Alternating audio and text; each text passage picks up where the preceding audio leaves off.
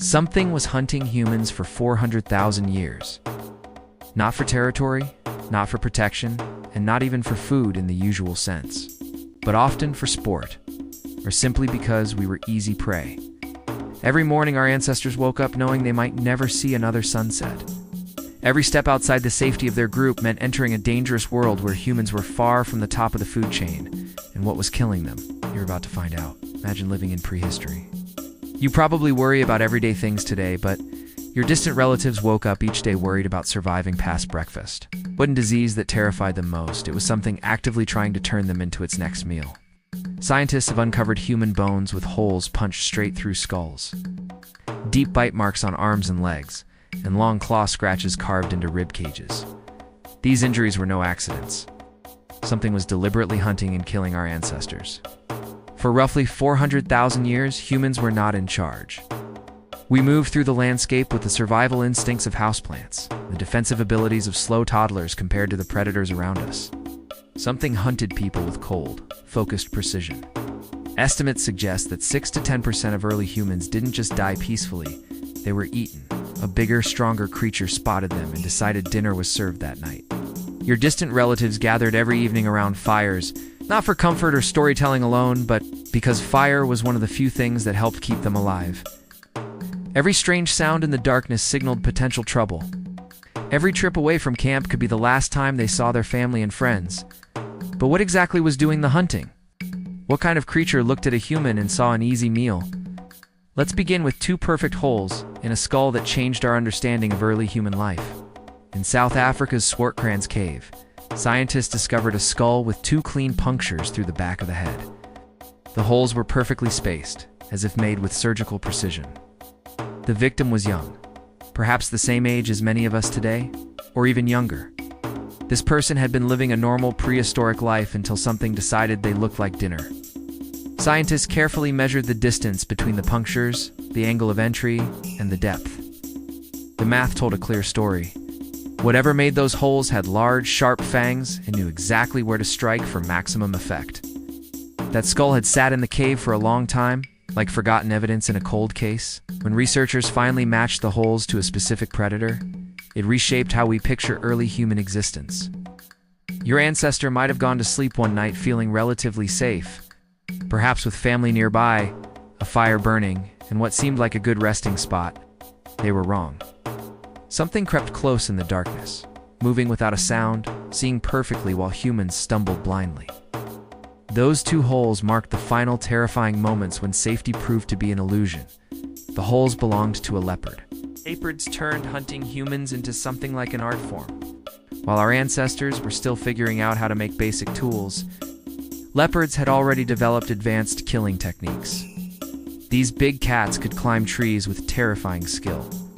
Not the clumsy way house cats sometimes get stuck, but the powerful way they drag full-grown antelopes high into branches, sometimes 40 feet up, and hang them there for later meals. Humans weighed roughly the same as, or less than, many of those antelopes. That meant nowhere was truly safe. Your ancestor might have chosen what seemed like the perfect campsite, high ground with a good view and clear sightlines. But the leopards were often already there, waiting silently for hours, perfectly still and patient, ready to drop down without warning.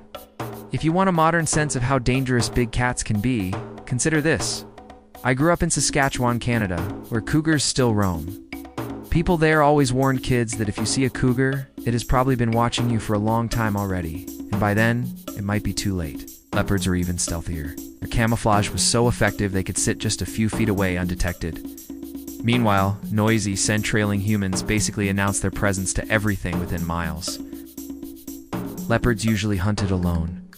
No pack needed, just one intelligent cat deciding you looked edible. They often bit straight into skulls, dragged bodies up into trees, and returned later when hungry again. Trees weren't safe shelters. They were leopard pantries stocked with convenient human-sized storage.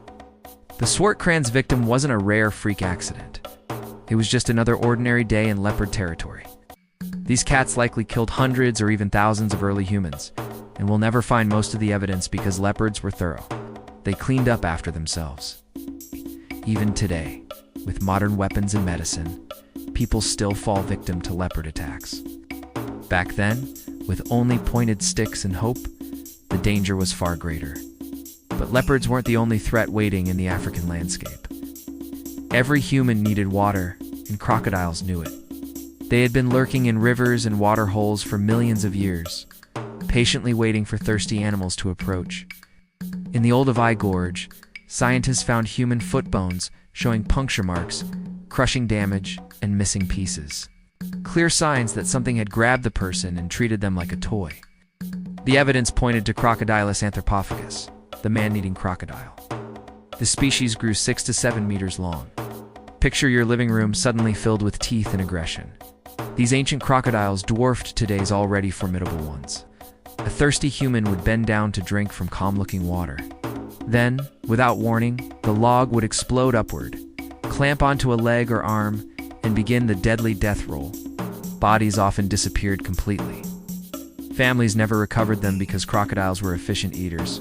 Smarter humans learned extreme caution around water, approaching in groups, using long sticks to test depths, and never turning their backs on the river. The less careful ones became food and didn't pass on their genes. Even in modern times, with boats and guns, crocodile attacks still claim lives.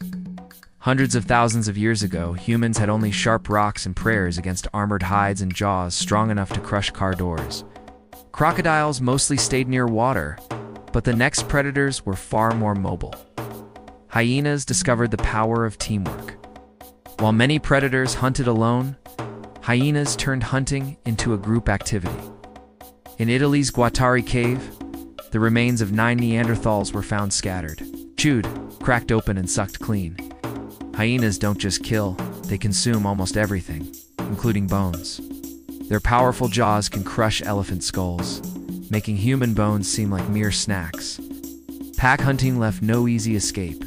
One hyena might block the exit while others attack from the sides or front. All the while, their eerie laughing calls weren't random. They were coordinating the attack in real time.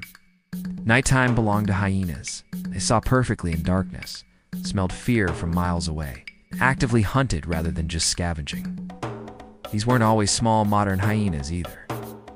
Prehistoric versions included the giant short-faced hyena Pachycercuta breviostris. Imagine a normal hyena doubled in size with even more teeth and aggression. Weighing up to 150 kilograms and standing nearly 3 feet at the shoulder, these solitary powerhouses could crush skulls and tree trunks with their bite. In China's Zhaokudian Cave, home of Peking Man, hundreds of human bones showed the same pattern, smashed and emptied.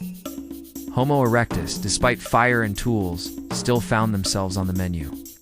Wolves brought a different kind of terror, psychological warfare. They didn't just attack, they made their prey aware of being hunted. Packs would circle, take turns revealing themselves, and build fear until the victim was exhausted. Dire wolves amplified this, weighing around 70 kilograms each and working in highly coordinated teams. In Ice Age Europe, small human groups huddled by fires while wolves watched from the shadows. Their howls were communication, position reports, and dinner plans. Wolves learned human routines, travel routes to water, camp movements, and safe spots. They exploited every pattern. Some wolves eventually became dogs, choosing cooperation over predation, a wise shift. But the ones that kept hunting remained a constant threat. Until humans developed better weapons. Europe held even larger dangers. In Germany, about 48,000 years ago, archaeologists found a cave lion skeleton. With a Neanderthal spear embedded in its ribs, the wound had healed, meaning the lion survived and likely remembered the encounter. Cave lions weighed up to 300 kilograms, massive, powerful beasts with claws and attitude. They often hunted in prides, launching coordinated attacks from multiple directions at night, when their excellent vision gave them a huge advantage. Cave paintings across Europe seem to record this generational trauma. Images of lions drawn deep in caves, perhaps as warnings or stories of survival. Humans occasionally won these fights, leaving cut marks on lion bones. But one mistake usually meant death. Surviving cave lions required planning, courage, and luck. In prehistoric Asia, dense forests hid a different nightmare. Tigers. One tiger in Nepal in the early 1900s killed over 400 people even when humans had guns. In earlier times, with only sticks and basic tools, tigers had even greater success. They moved silently through thick vegetation, watching humans for hours before striking. Their ambush style, pouncing from behind, biting the neck to crush vertebrae, was brutally efficient. Homo erectus learned to avoid dense forests whenever possible. Tigers didn't need packs, so one highly capable cat could decide your fate. They dragged kills away to eat undisturbed, and sometimes returned repeatedly to the same human group if they found easy prey. Another ambush specialist perfected surprise attacks even earlier. In Africa and parts of Eurasia, saber-toothed cats like Smilodon carried 7-inch fangs, designed like switchblades for stabbing vital areas quickly. Weighing around 400 pounds, these cats hid in tall grass or cover, then launched precise attacks. Their fangs were fragile, so they had to be accurate professional assassins of the prehistoric world. Some species may even have hunted in small groups, coordinating multiple dagger-like strikes. Early humans entering new territories often found these cats already waiting. Walking upright made necks easy targets for vital blood vessels. Fire helped create some safety, but patient saber-tooths waited for anyone who strayed too far from the flames. These were the apex predators that dominated for hundreds of thousands of years while humans struggled to survive. Leopards, crocodiles, hyenas, wolves, cave lions, tigers, and saber-toothed cats all saw our ancestors as potential meals. They hunted with skill, patience, and power that made early human life a daily test of survival. Our ancestors faced these threats with little more than sharp sticks, fire, and determination. The fact that we are here today means they succeeded against incredible odds, learning, adapting, and eventually turning the tables on many of these predators. What do you think about these ancient hunters? Were there any other animals from prehistory you'd like to hear about? Let me know in the comments. You enjoyed this? Like the video, and subscribe for more stories from deep human history. And check out the suggested video on screen for another fascinating journey into the past.